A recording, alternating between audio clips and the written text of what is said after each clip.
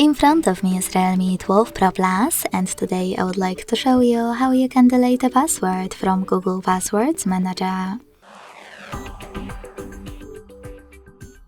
Begin by opening Settings and scrolling down to access Google.